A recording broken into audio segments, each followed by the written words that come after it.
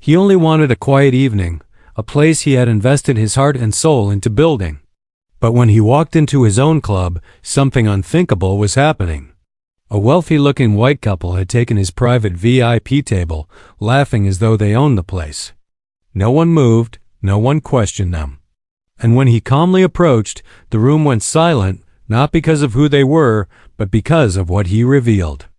This wasn't just about a table. It was about respect, power, and a truth that stunned everyone.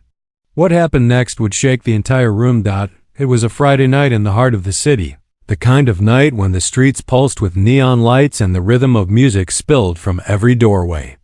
Inside the Empire Lounge, a club known for its elegance and exclusivity, the atmosphere was electric. Celebrities, business tycoons, and high society figures all gathered here, chasing the kind of luxury few could ever imagine.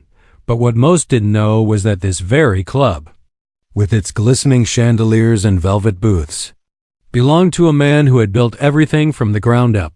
Marcus Carter, a black billionaire whose journey from struggle to success was whispered about but rarely understood. He was known for his quiet power, his preference to blend into the crowd, and his determination never to flaunt what he owned. That night, Marcus wasn't planning to make an entrance. He wasn't there to be seen or praised. He was simply there to relax at his private table, a spot tucked into the VIP section with the best view of the stage. It was the same table he had personally designed into the club's layout, place that symbolized his triumph over years of prejudice, doubt, and battles he fought in silence. But as he approached, his eyes caught a scene that made him pause. A white couple, dressed in glittering attire, sat confidently at his table. Their drinks sparkled, their laughter rang out, and their body language carried an unmistakable air of entitlement. Staff moved nervously around them, unsure whether to intervene. Guests whispered, some smirking, others avoiding the tension altogether. For Marcus, it wasn't about the seat. It was about what it meant. And soon, everyone in the club was about to witness a moment they would never forget. Marcus stood silently for a moment, watching the couple in his seat. The man leaned back, legs crossed, tapping his glass as though the club existed solely for his comfort. The woman snapped her fingers at a passing waiter, demanding more champagne with an arrogance that made the staff's cheeks flush red. It wasn't just boldness, it was dismissal, the kind of behavior that screamed, "We belong here." You down single quotes T-dot around the room, eyes flicked toward Marcus. Some recognized him but stayed quiet. Others assumed he was just another guest who had wandered too close.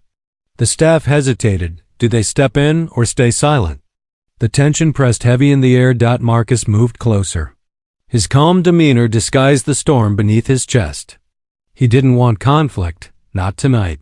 But as he neared his table, he heard the couple's voices carry loud and sharp above the music.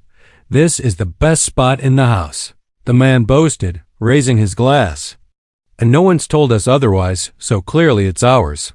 The woman smirked, scanning Marcus briefly before looking away as though he were invisible. "Some people just don't belong in places like this," she said, her tone slicing through the hum of the club. The words weren't loud, but they were enough. Marcus felt the weight of every gaze, the whispers growing sharper in the shadows. A security guard approached Marcus, unsure, his voice low. "Sir, is there a problem?" Marcus shook his head. Not yet. His eyes didn't leave the couple. He wanted to give them a chance, a single opportunity to show decency.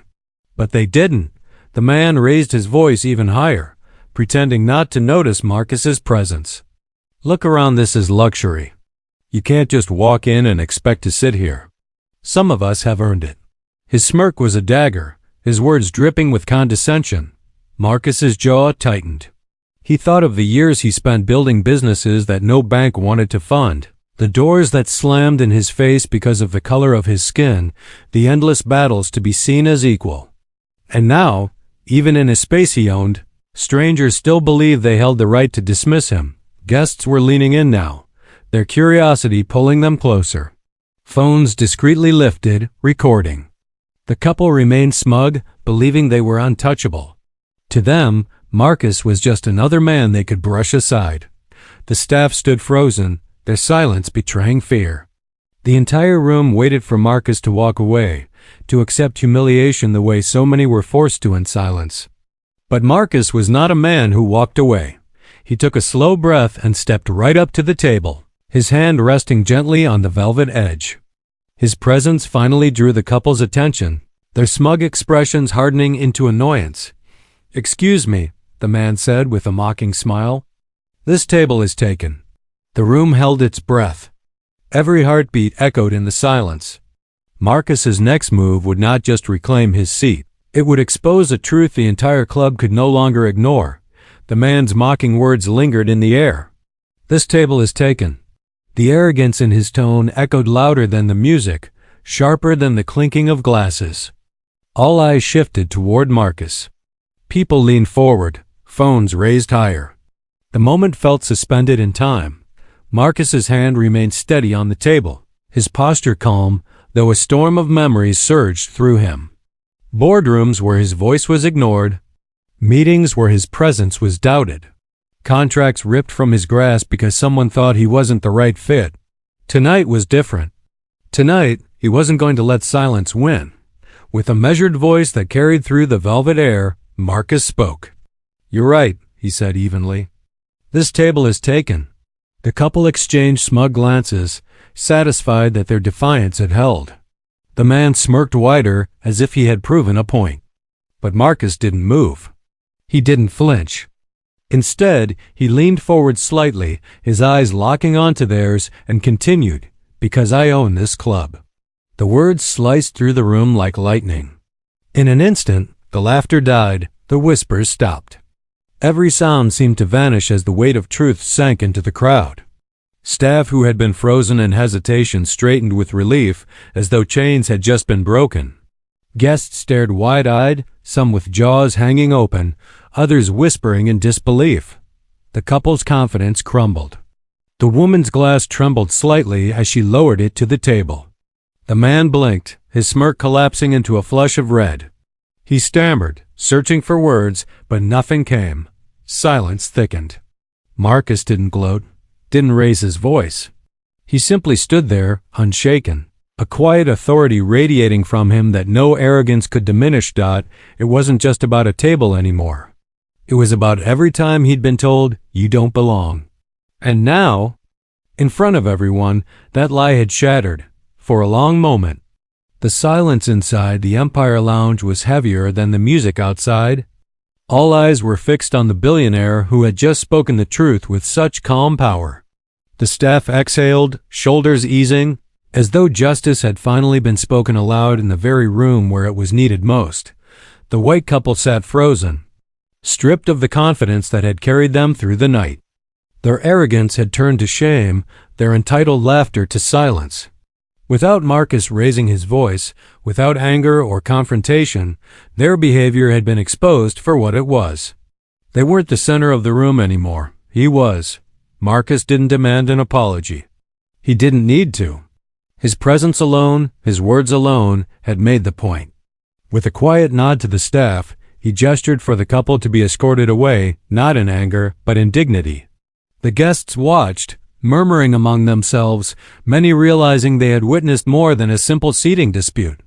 They had witnessed the truth of power, the reality of resilience, and the silent dismantling of prejudice. As Marcus finally took his seat, the table he had built, the space he had earned, the room shifted. Respect lingered where arrogance had once filled the air. Some guests clapped softly, others bowed their heads in acknowledgement. Phones captured the moment, but for Marcus, the importance wasn't in the recording.